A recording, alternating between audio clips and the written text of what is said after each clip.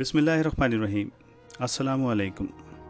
جیسا کہ آپ جانتے ہیں کرونا وائرس نے پوری دنیا کو اپنی لپیٹ میں لے رکھا ہے، اور اس وائرس کا شکار زیادہ تر وہ افراد ہوتے ہیں جن کا امیونٹی سسٹم کمزور ہوتا ہے۔ آج ہم آپ کو گھر بیٹھے ایک مخصوص چائے بنانا سکھائیں گے جس کے اجزاء تقریباً ہر گھر میں موجود ہوتے ہیں۔ یہ چائے نہ صرف آپ کو نزلہ زکام کھانسی سے بچاتی ہے بلکہ آپ کی قوت مدافعت کو بھی بڑھاتی ہے۔ سب سے پہلے 1.5 کپ پانی کو میڈیم فلیم پر گرم کریں گے۔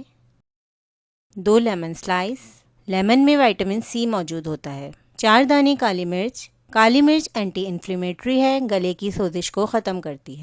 آدھا چائے کا چمچ ہلدی، ہلدی امیون سسٹم کو مضبوط کرتی ہے۔ 1 دار چینی کا ٹکڑا، دار چینی میں اینٹی آکسیڈنٹ خصوصیات ہیں جو ہماری باڈی کو مضبوط بنانے میں ہیلپ کرتی ہیں۔ 2 لونگ، لونگ بیکٹیریا کو ختم کرتی ہے۔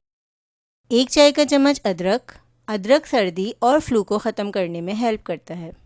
یہ تمام اجزاء ہم پانی میں شامل کریں گے۔ چائے کو 10 منٹ کے لیے دھیمی آنچ پر ڈھک کر پکائیں گے۔ آپ دن میں 1 سے 2 مرتبہ یہ چائے استعمال کر سکتے ہیں۔ یہ چائے بچوں اور بڑوں سب کے لیے مفید ہے۔ چائے تیار ہے۔